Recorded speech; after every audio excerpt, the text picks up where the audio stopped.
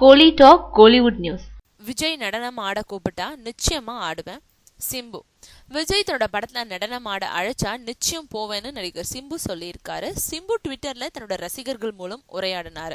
அப்போ ரசிகர்கள் கேட்ட கேள்விகளுக்கு பதில் அளிச்சாரு. ரசிகர்கள் கேட்ட கேள்விகளுக்கு சிம்பு சுவாரஸ்யமா பதில் அளிச்சாரு.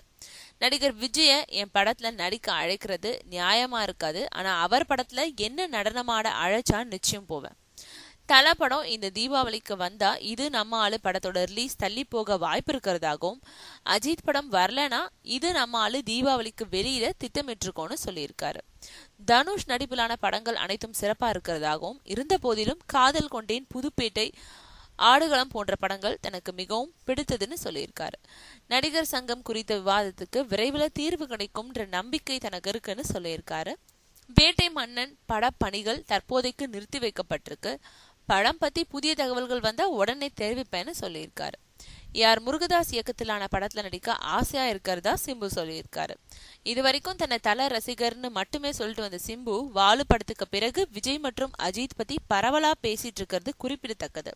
விஜய் பத்தி டி ராஜேந்திரனோட பேச்சு விஜய் அஜித் ரசிகர்களிடையே பெரும் கருத்து மோதலையும் உருவாக்கி இருந்தது குறிப்பிடத்தக்கது.